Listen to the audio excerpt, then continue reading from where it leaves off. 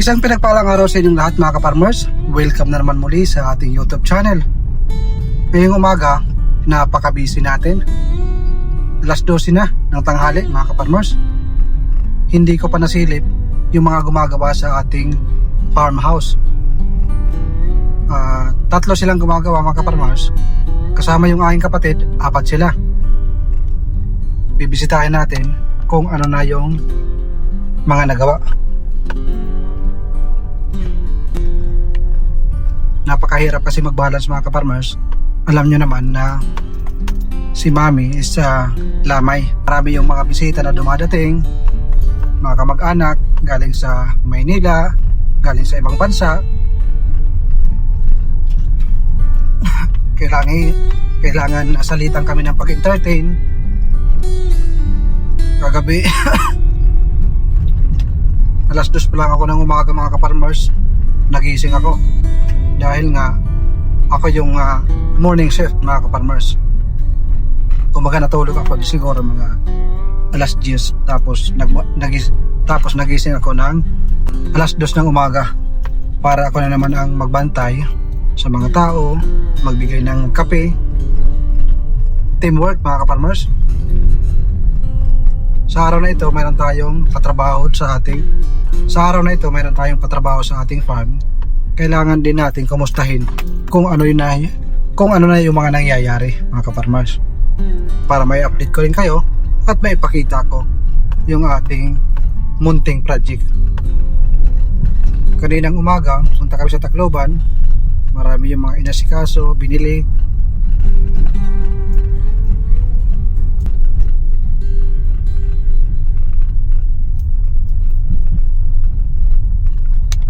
Sasakyan yung aking ginamit mga ka-farmers dahil yung aking motor hiniram ng aking bilas papuntang Tacloban. Pagpapunta sa aking munting farm, kadalasan ko lang ginagamit yung motor ni Papa na may sidecar at yung single na motor. Siyempre iniingatan din natin yung ating sasakyan. Kahit ganito lang to, dugo at pawis din yung ating inalay para lang makuha yung ating sasakyan na ito. Pagkatapos ko dito sa farm, baka magpunta ako ng Barogo Leyte, kukuha ako ng tuba para sa gagamitin pagkatapos ng libing ni Mami. Dahil bukas, libing na ni Mami. Dahil masama daw yon, hindi daw maganda sa pamahiin ng mga matatanda na yung paglilibing o paglalamay is tatawid pa sa susunod na taon.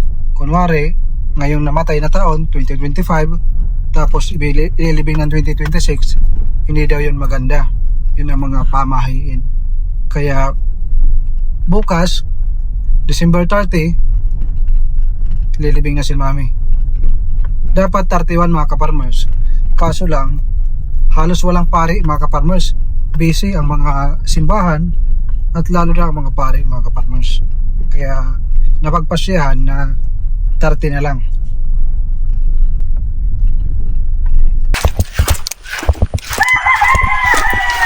Sa ngayon mga ka-farmers, medyo gipit tayo sa oras,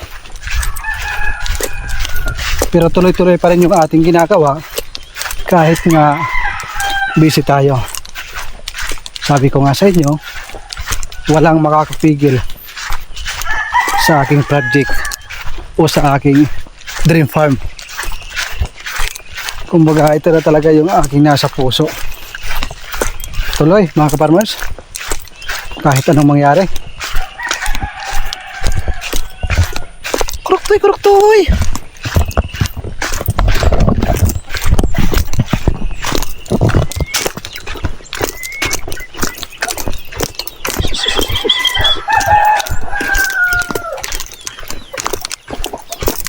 Naririnig ko, natrabaho na sila.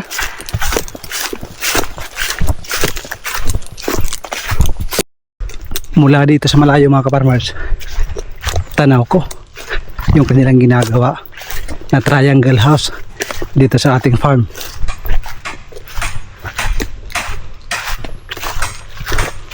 Ito yung ating entrance. Yung hollow blocks pinapasok pa lang.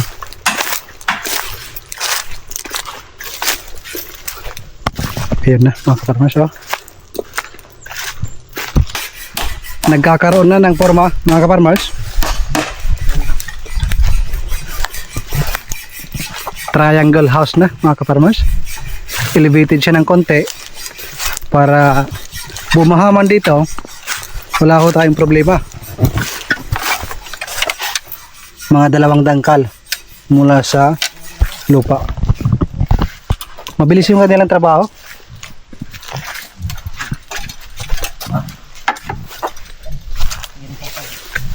Forma na, oh. Yung dalawa, mag-aasintada daw sila. Lagyan ng hollow blocks. At bukas siguro, maglalagay ng peeling.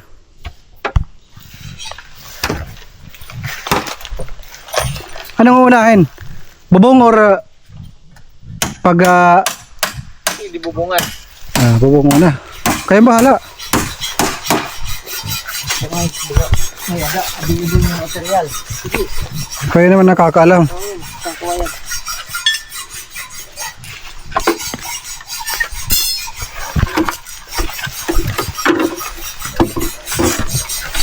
Kawayan yan sub, parang Yung dalawa, uy, ayos na. Pwede nang kumuha ng project. Oh? Mas matindi yung assistant kaysa sa ano? Panday. Nakayose yung mga ano, senior hindi nagyuyose.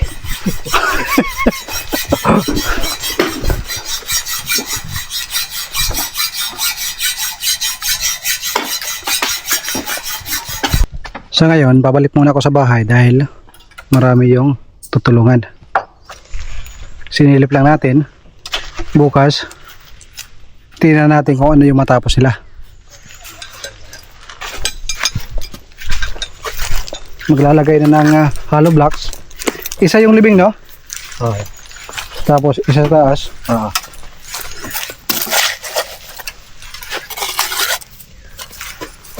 Yan mga kaparmers. Para matambakan ng lupa dyan sa gitna. At pag nag-flooring, elevated na siya.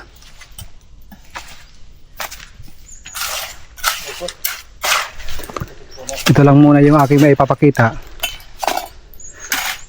Alas 2 pa lang ng hapon, malaki pa yung kanilang magagawa, pero kailangan ko nang bumalik sa bahay dahil nga marami yung kailangan gawin doon at kailangan tulungan dahil nga libing ni mami bukas. Marami yung mga bisita na darating, marami yung mga maglalamay.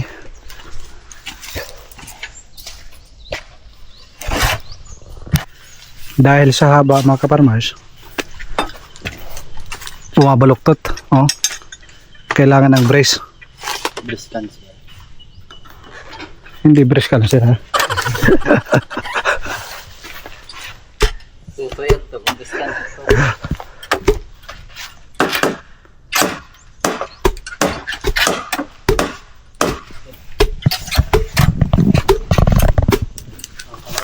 Meron silang teamwork.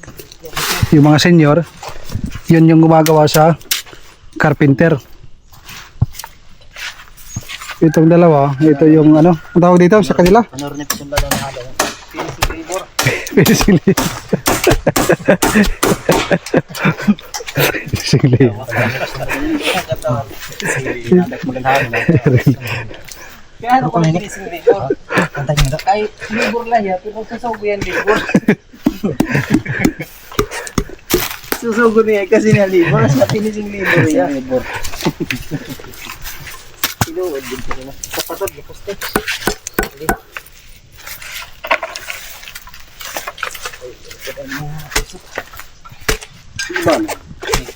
Ay, na pag minakarit, yering. Makuro-karit ka, Termi. Muling na agad. Ito, nagkilitot malit. Bisan hain. May kumin. Kita kang basketball. Ito, nagkakaroon din. Ito lang kung saan. Kasama ng gawiyag. Ito lang kung din eh. Ito ang. Kakatawa lang ka, farmers. Pakarituan. Para lang itong laro. Pag nagtagumpay, panalo tayo.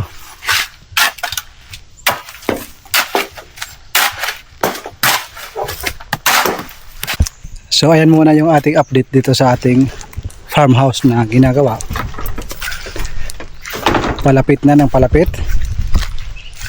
Makikita na natin yung tunay na itsura ng ating farmhouse. Sa likod niyan, nandun yung ating kamalig. Yung front view, ayan, sinasabi ko sa inyo, may payong dalawa para pag may bisita, comfortable yung ating mga bisita. Tapos sa likuran, maglalagay tayo ng tambayan ng mga cowboy. Kunwari, yung mga sinusuot natin sa farm, mga madumi, doon natin itatago. Dito, yun yung pinakalabi. Parang hotel lang, mga farmers. Okay lang yan. Paano, mga farmers? Ako muna uuwi at maghahanap ako ng tuba dahil nagpapahanap si Papa. Malaki yung kanilang nagawa ngayon. Ganda oh. Tapos mayroong coconut dwarf. Tapos bubunga na. At mayroong gagawing sanggutan. Makakapag-harvest tayo ng tuba at meron tayong native na manok. Naku po, inang mga kaparmers. Siguradong napakasarap ng pinaupo na manok. Tapos mayroon kang bahali na. Diyan mo mararamdaman ang totoong buhay dito sa farm. Malayo sa kabihasnan, malapit naman sa wakwak. Joke lang mga kaparmers. Mga wakwak, hindi naman tayo natakot yan. Sanay tayo dyan mga kaparmers. Uwi muna ako. Shout out pala sa ating mga kaparmers, sa mga nagbabalak pumasok sa farming business. Pag sineryoso natin, 100% kaya natin yan. Wala akong imposible. Basta't papartneran natin ng sipag at syaga. At dagdagan din natin ang dasal.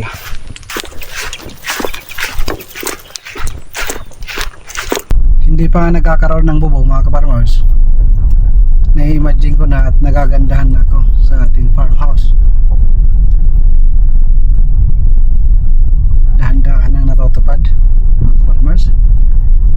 Kahit napakarami ng pagsubok sa ating buhay, tuloy lang.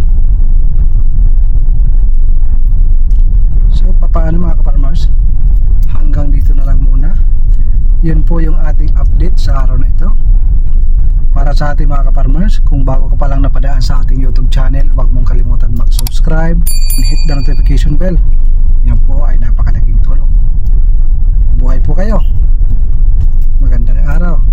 God bless po sa inyo. At lalo na sa inyong mga mahal sa buhay. Bili tayo ng tuba mga kaparmers. Dami oh. Saan? Magkano to? 900? 1,000 daw mga kaparmers. 1, 2, 3, 4, 5, 6.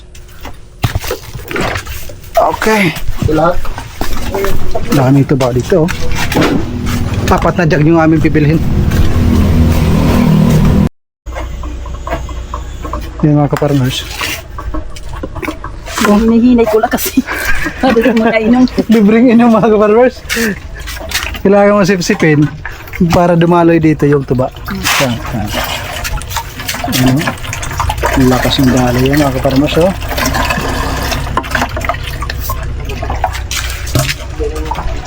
Dapat na jug. Ito yung aming lalagyan dahil wala kaming container.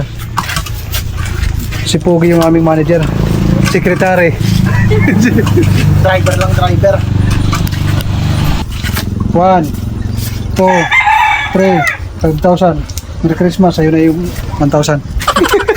Yan lang ito ba mga kaparmers oh. Kay Lira. Ito, tuba din to.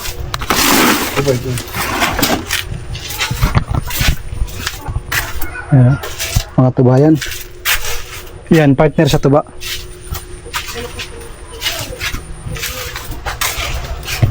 Nagpapabili na yung papa niya. Magkano sa Manila? Mga kaparmers. Yan yung ating mga nabiling tuba. Nandun na yung iba.